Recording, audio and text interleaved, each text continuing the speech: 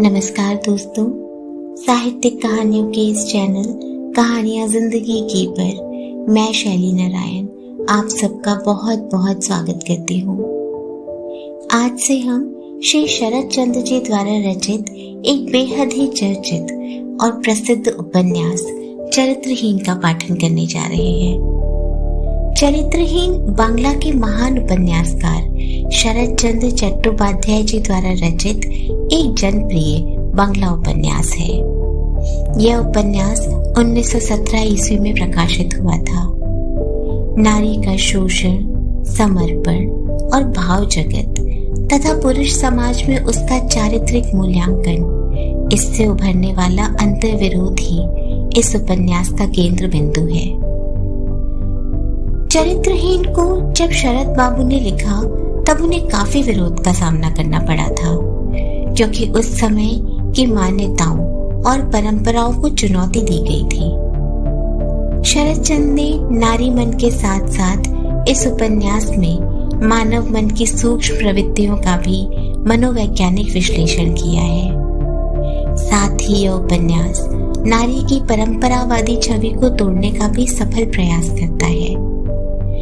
उपन्यास प्रश्न उठाता है कि देवी की तरह पूजनीय और दासी की तरह पितृसत्ता के अधीन घुट घुट कर जीने वाली स्त्री के साथ यह अंतर विरोध और विडंबना क्यों है। यह उपन्यास चरित्र की अवधारणा को भी पुनः परिभाषित करता है। उपन्यास में तत्कालीन हिंदू समाज का अच्छा चित्रण है और पश्चिमी सोच के प्रभाव और रूढ़िवादी बंगाली समाज के द्वंद्व पर भी अच्छा प्रकाश डाला गया है। आइए आगे बढ़ते हैं और इस उपन्यास की शुरुआत करते हैं।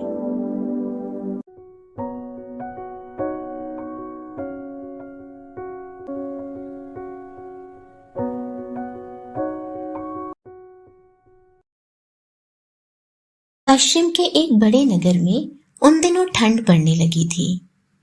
परमहंस रामकृष्ण के एक शिष्य किसी सत्कार्य में सहायता के लिए भिक्षा मांगने सहसा वहां आ पहुंचे थे। उनके व्याख्यान के लिए होने वाली सभा में उपेंद्र बाबू को सभापति बनना पड़ेगा और इस पद की मर्यादा के निर्वाह के लिए जो कुछ करना उचित हो वह सब भी करना पड़ेगा। इस प्रकार का प्रस्ताव लेकर एक दिन सवेरे सवेरे ही कॉलेज के छात्रों के दल ने उन्हें जा पकड़ा। उपेंद्र ने पूछा, आखिर वह सत्कार्य क्या है, यह तो बताओ। उन लोगों ने कहा, यह बात तो अभी तक ठीक मालूम नहीं। स्वामी जी ने कहा है कि यही बात तो वह उस सभा में विस्तार से समझाएंगे। विशेषकर सभा का आयोजन और प्रयोजन तो इसीलिए है। उपेंद्र आगे और कोई सवाल पूछे बिना इसके लिए राजी हो गए। यही उनका ढंग था। उन्होंने विश्वविद्यालय की परीक्षाएं इतने अच्छे प्रकार से पास की थी कि छात्र मंडली में उनके प्रति श्रद्धा और सम्मान की सीमा नहीं थी। यह बात वह जानते थे। इसलिए कोई कामकाज या आपद विपद आ पड़ने पर वे लोग जब आ जाते थे तो वह ममतावश उनकी प्रार्थना या अनुरोध की कभी अपेक्षा नहीं कर पाते थे। विश्वविद्यालय की सरस्वती को अनुरक्त करने के बाद यद्यपि वह अदालत की लक्ष्मी की सेवा में लग गए थे, किंतु छात्रों के जिम्नास्टिक खेलों, फुटबॉल, क्रिकेट एवं वाद विवाद सभाओं में उन्हें अब भी पहले की ही तरह जाकर बैठना पड़ता था। किंतु जिस जगह की बात इस समय हो रही है वहां बिल्कुल चुप बैठना तो संभव है नहीं, कुछ तो कहना ही पड़ेगा। इसलिए एक आदमी की ओर देखते हुए बोले, वहां कुछ बोलना तो चाहिए ही। सभापति होकर सभा के उद्देश्य के बारे में एकदम अज्ञान बने रहना तो मेरे लिए ठीक ना होगा। तुम लोग क्या कहते हो? यह बात तो ठीक है, किंतु उनमें से किसी को तो इस बारे में कुछ जानकारी है नहीं। वे लोग जब शहर के आंगन में एक ओर फूल से लदे जवा वृक्ष के नीचे उपेंद्र को बीच में बिठाकर संसार के संपूर्ण संभव असंभव सत्कार्यों की सूची की कल्पना करने में लगे हुए थे, जिनके लिए सभा किए जाने की संभावना हो सकती थी। तभी दिवाकर के कमरे से एक लड़का सबकी दृष्टि बचाकर चुपचाप बाहर निकला। उपेंद्र दिवाकर के ममेरे भाई हैं। बचपन में ही दिवाकर के माता पिता मर गए थे, इसलिए वह मामा के घर पल रहा था। बाहर की इस छोटी कोठरी में रहकर वह दिन में लिखता पढ़ता और रात में सो जाता है। लगभग 19 साल की उम्र है। एफए पास कर चुका है और बीए में पढ़ रहा है। चुपके से भाग रहे उस लड़के पर उपेंद्र की दृष्टि पड़ गई। देखते ही उन्होंने जोर से पुकार कर कहा, सतीश, चुपचाप कहाँ भागा जा रहा है? इधर आ, इधर। इस तरह पकड़े जाने पर झेंपता हुआ सतीश एक ओर आकर खड़ा हो गया। उपेंद्र ने पूछा, बहुत दिनों से दिखाई नहीं पड़ा, कहाँ था? झेप का भाव दूर करने का प्रयत्न करते हुए सतीश हंसकर बोला, उपेंद्र दादा, इन दिनों मैं यहाँ था नहीं, काका के पास इलाहाबाद गया हुआ था। अभी सतीश की बात खत्म भी नहीं हुई थी कि फैशनेबल छोटी सी दाढ़ी रखे और आंखों पर चश्मा लगाए एक युवक आंख मारकर और खीस निपोर कर बोल उठा, क्या मन के दुख से चले गए थे सतीश? इस बार भी उसे एंट्रेंस परीक्षा में शामिल नहीं किया जा सका था, यह बात सब लोग जानते थे। युवक का व्यंग उसी ओर था, परंतु वह इतना अशोभन था कि उपस्थित सभी लोग लज्जानत मुख किए मन ही मन छी छी करने लगे।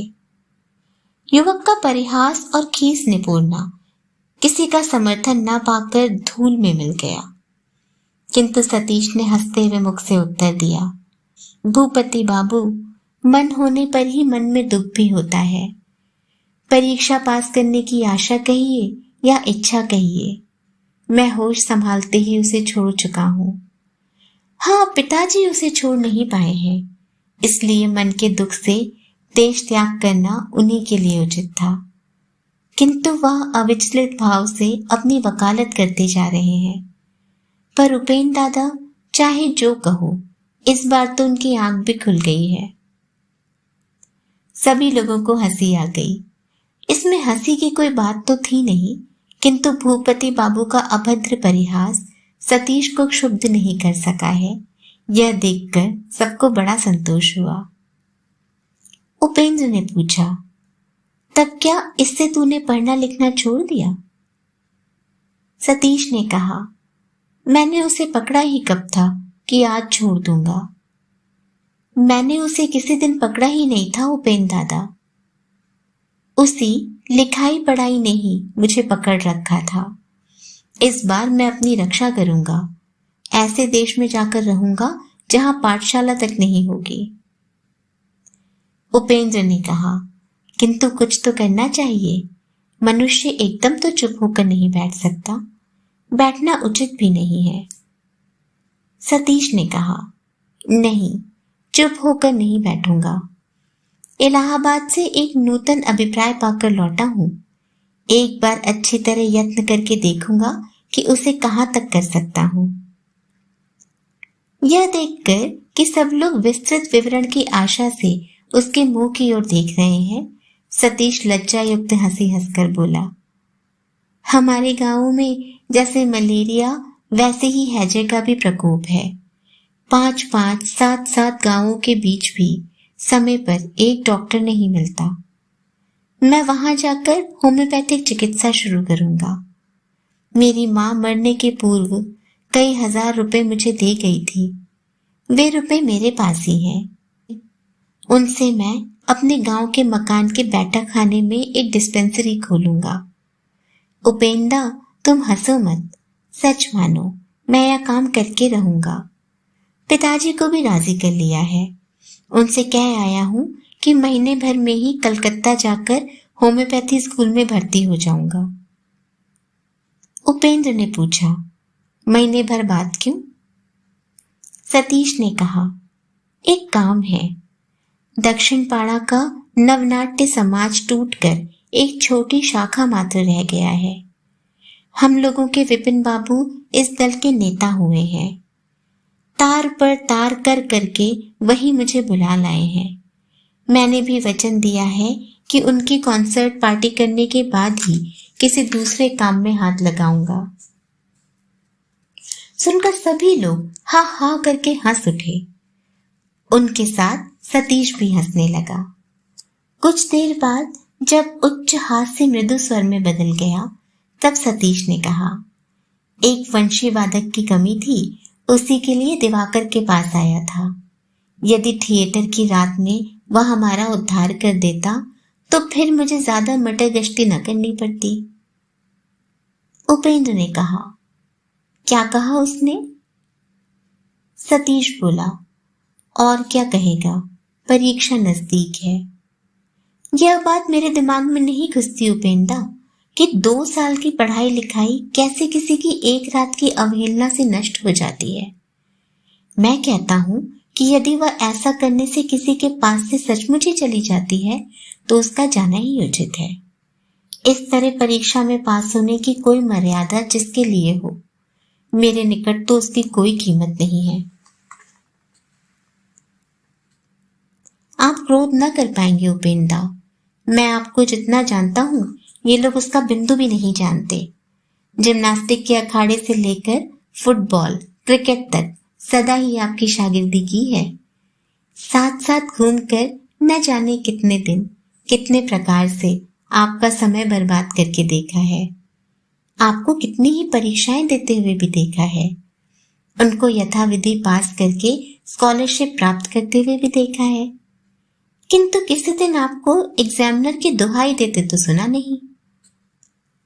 उपेंद्र ने बात को समाप्त करने के विचार से कहा, मैं तो वंशी बजाना जानता नहीं सतीश। सतीश ने कहा, मैं भी प्रायः यही बात सोचता रहता हूँ। संसार में यह चीज आपने क्यों नहीं सीखी, इस पर मुझे बड़ा आश्चर्य होता है। किंतु उस बात को जाने दीजिए। आज दोपहर की इस धूप में यह कमेटी किस लिए हो रही है? शीत के सूर्य की ओर पीठ किए यह बैठक खूब जम रही थी। दिन इतना चढ़ आया है, इस पर किसी का ध्यान ही नहीं था। सतीश की बात से सबने इस विलंब की ओर लक्ष्य किया और अकस्मात चकित हो उठ खड़े हुए। सभा भंग होती देख भूपति ने कहा, उपेंद्र बाबू, तो निश्चय क्या हुआ? उपेंद्र ने कहा, मैं तो कहता हूं कि मुझे आपत्ति नहीं है। फिर भी यदि पूर्वाह्न तक तुम लोगों के स्वामी जी के उद्देश्य का कुछ पता चल जाता तो मुझे बड़ी शांति मिलती।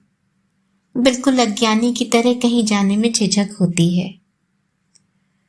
भूपति ने कहा, किंतु उन्होंने तो कुछ बताया नहीं, बल्कि यह भी कहा कि जो विषय जटिल और दुर्बोध है उसे जब तक विस्तृत रूप से विश्लेषण करके समझाने लायक समय और सुविधा न मिले तब तक उसके बारे में कुछ ना कहना ही अच्छा है, क्योंकि इससे अधिकांश अवसरों पर सुपरिणाम की जगह दुष्परिणाम ही होता है। चलते चलते बातें हो रही थी। अब सब बाहर निकलकर रास्ते के एक किनारे खड़े हो गए थे। सतीश ने पूछा, क्या बात है उपेंद्र दादा? उपेंद्र के जवाब देने से पहले ही भूपति ने कहा, सतीश बाबू, आपको भी चंदे की बही में हस्ताक्षर करने होंगे। किस लिए, इसका जवाब तो हम इस समय न दे सकेंगे, किंतु परसों तीसरे पहर कॉलेज के हॉल में स्वामी जी स्वयं ही इसे समझा कर बताएंगे। सतीश बोला, तब तो मुझे समझने का अवसर न मिलेगा भूपति बाबू। परसों हम लोगों का पूर्ण रिहर्सल है, वहां मेरे अनुपस्थित रहने से काम नहीं चलेगा। भूपति ने आश्चर्य प्रकट करते हुए कहा, क्या कहते हो सतीश बाबू? थिएटर की सामान्य क्षति के भय से ऐसे महत् कार्य में शामिल ना होंगे? लोग सुनकर क्या कहेंगे? सतीश ने कहा, लोग तो बिना सुने ही बहुत सी बातें कहा करते हैं, उनकी बात जाने दीजिए। मैं तो आप लोगों के लिए कह रहा हूं, बिना कुछ जाने ही इस अनुष्ठान को आप लोग जितना महत मानकर उसमें निसंशय विश्वास किए बैठे हैं, उतना मैं न कर सकूं तो मुझे दोष न देंगे। बल्कि जो जानता हूं, जिसमें भला बुरा समझता हूं, उसकी उपेक्षा करके, उसे क्षति पहुंचाकर एक अनिश्चित महत्व के पीछे दौड़ते रहना मेरी दृष्टि में ठीक नहीं है। उपस्थित छात्र मंडली में उम्र या पढ़ाई लिखाई में सबसे श्रेष्ठ होने के कारण भूपति ही बातचीत कर रहा था। सतीश की बात पर हंसकर बोला, सतीश बाबू, स्वामी जी जैसे महान व्यक्ति अच्छी ही बात बताएंगे और उनका उद्देश्य भी अच्छा ही होगा। ऐसा विश्वास रखना तो बुरा नहीं है। सतीश बोला, मैं मानता हूं कि व्यक्ति विशेष के लिए बुरा ना होगा। देखो ना, एंट्रेंस पास करना भी कोई बुरा काम नहीं है, किंतु पास करना तो दूर रहा, 3-4 साल के बीच मैं उसके पास तक पहुंच नहीं सका। अच्छा, इन स्वामी जी को पहले कभी देखा है या उनके विषय में किसी दिन कुछ सुना है? सबने स्वीकार किया कि कोई कुछ नहीं जानता। सतीश ने कहा, यह देखो, एक गेरुआ वस्त्र के सिवा उनके पास और कोई सर्टिफिकेट नहीं है, फिर भी आप लोग पागल हो उठे हैं और मेरे अपने काम को क्षति पहुंचाकर उनका भाषण सुनने से इनकार करने पर नाराज हो रहे हैं। भूपति ने कहा, पागल क्या यूं ही हो उठे हैं सतीश बाबू? ये गेरुआ वस्त्रधारी लोग संसार को कितनी ही चीजें दे गए हैं। जो कुछ हो, मुझे तुम पर क्रोध नहीं, दुख है। संसार की सभी वस्तुएं साक्षी का हाथ पकड़कर हमारे सामने उपस्थित नहीं हो सकती, किंतु यदि हम उन्हें मिथ्या मान अस्वीकार करेंगे तो कितनी ही उत्तम वस्तुओं से हमें वंचित रह जाना पड़ेगा। आप ही बताइए कि जब आप संगीत के सारे गामा का अभ्यास करते थे, तब आपको उसके रस का कितना आनंद मिला था। तब आप संगीत के गुण दोष को कितना जानते थे। सतीश ने कहा, मैं भी ठीक वही बात कर रहा हूं। संगीत का यदि एक आदर्श मेरे सामने ना होता और उसके मधुर रसास्वादन की आशा यदि मुझे ना होती, तो इतना कष्ट उठाकर सारे गामा का अभ्यास नहीं करता। यदि आपको वकालत में इतने टके पाने की सुगंध न प्राप्त होती, तो एक बार फेल होकर बैठ रहते। बार बार इस तरह जी तोड़ श्रम करके कानून की इतनी किताबें न रटते। उपेंद्र दादा भी शायद किसी स्कूल में मास्टरी करने में संतुष्ट हो आज अपने दिन बिताते। उपेंद्र हंसने लगे, किंतु भूपति का मुंह लाल हो उठा। उसके व्यंग को 10 गुना करके सतीश ने लौटा दिया था। उपस्थित सब लोगों ने यह बात समझ ली। रोष को दबाकर भूपति ने कहा, आपके साथ तर्क करना व्यर्थ है। किसी चीज की भलाई बुराई कितने प्रकार से प्रमाणित की जा सकती है, इसे आप जानते ही नहीं। बात करते करते धीरे धीरे सभी रास्ते के एक ओर बैठ गए थे। सतीश खड़ा हो गया और हाथ जोड़कर बोला, माफ कीजिए भूपति बाबू, 6 प्रकार के प्रमाण और 36 प्रकार के प्रत्यक्ष की आलोचना अब इस धूप में सहन नहीं होगी।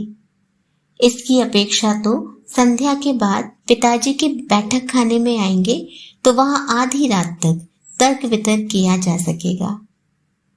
प्रोफेसर नवीन बाबू, सदर आला गोविंद बाबू तथा भट्टाचार्य महाशय जैसे तर्कपटु लोग इस प्रकार देर रात तक बहस मुबाहिसे किया करते हैं। उसके पास वाले घर में ही हमारा डेरा है। वाद विवाद के नियमों में अब भी मैं पक्का नहीं हो सका हूं, यद्यपि रंग मुझ पर भी चढ़ने लगा है। असमय ही पककर पेड़ के नीचे गिर कुत्ते श्रृंगाल के पेट में नहीं जाना चाहता, इसलिए ऐसी बात छोड़कर और कुछ कहना है तो कहिए, नहीं तो मुझे विदा होने की अनुमति दीजिए। हाथ जोड़े हुए सतीश के बात करने के ढंग पर सब हंस पड़े। क्रुद्ध भूपति और अधिक जल उठा। रोष के कारण दिमाग के तर्क का सूत्र छूट गया और ऐसी हालत में जो कुछ एकाएक मुंह में आया उसे ही उगल बैठा। तब तो मैं देखता हूं आप ईश्वर को भी न मानते होंगे। बात कितनी असंबद्ध और बच्चों जैसी है, यह खुद भूपति के भी अपने कान को लगा। सतीश ने भूपति के लाल मुंह की ओर एक बार तीक्ष्ण दृष्टि से देखा, फिर उपेंद्र की ओर देखता हुआ हा हा करके हंस पड़ा। बोला, उपेंद्र दादा, भूपति बाबू इस बार खड़ग हस्त हैं। मेरे जैसे 10-12 कुत्ते भी अब उनके निकट ना पटक सकेंगे। फिर भूपति की ओर देखता हुआ बोला, ठीक किया भूपति बाबू, चोर चोर के खेल में छुटकारा पाते ना देख किसी बूढ़े को छूकर निकल जाना ही अच्छा होता है। इस अपवाद की चोट से आग होकर भूपति उठ खड़ा हुआ। तब उपेंद्र ने हाथ पकड़कर कहा, भूपति तुम शांत हो, मैं इस आदमी को सहन कर रहा हूं। यह सब व्यंग क्या है सतीश? जब तेरा ऐसा संदेही स्वभाव है तब संदेह हो ही सकता है कि तू ईश्वर तक को भी नहीं मानता। सतीश ने गहरा आश्चर्य प्रकट करते हुए कहा, हाँ दुर्भाग्य, मैं ईश्वर को नहीं मानता, भयंकर रूप से मानता हूँ। थिएटर का जमावड़ा खत्म होने के बाद आधी रात को कब्रिस्तान के पास होकर अकेले लौटते समय जब कलेजे का रक्त बर्फ हो जाता है, तब क्या तुम भले मानुसों का दल उसकी कोई देखभाल करता है? हंसते क्या है उपेंद्र, जब मैं भूत प्रेत मानता हूं तो क्या ईश्वर को नहीं मानूंगा? उसकी बात पर क्रुद्ध भूपति तक हंस पड़ा। बोला, सतीश बाबू, भूत का भय होने पर ही ईश्वर को मानना, क्या ये दोनों बातें आपके निकट एक ही है?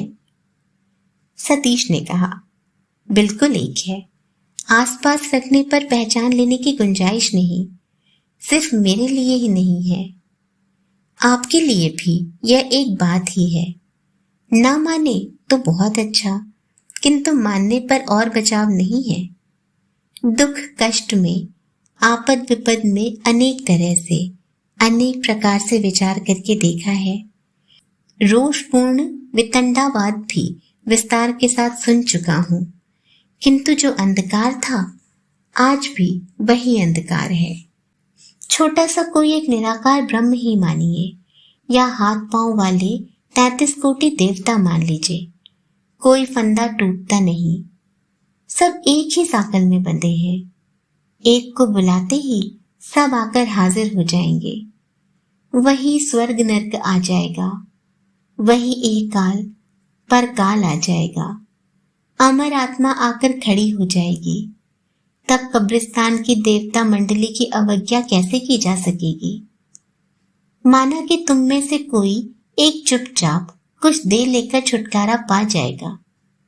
निमिष मात्र में जो जिस स्थान पर है आकर घेर लेगा। ईश्वर को मानूं और भूत प्रेत का भय न करूं, ऐसा होने की गुंजाइश नहीं है भूपति बाबू। जिस भाव भंगी के साथ उसने बात खत्म की, उससे सभी उच्च स्वर में हंस पड़े। अपेक्षाकृत छोटी उम्र वाले 2 बालकों के हास्य कोलाहल से रविवार का अलस मध्याह्न चंचल हो उठा। उधर उपेंद्र की स्त्री सुरबाला का भेजा जो नौकर दूर खड़ा अब तक बुदबुदा रहा था, सिर फिराकर मीठा मीठा हंसने लगा। कलय का जो मेघ खंड इससे पहले आकार धारण करने लगा था, वही हंसी के तूफान में न जाने कहां उड़ गया कि कहीं भी देखने में न आया।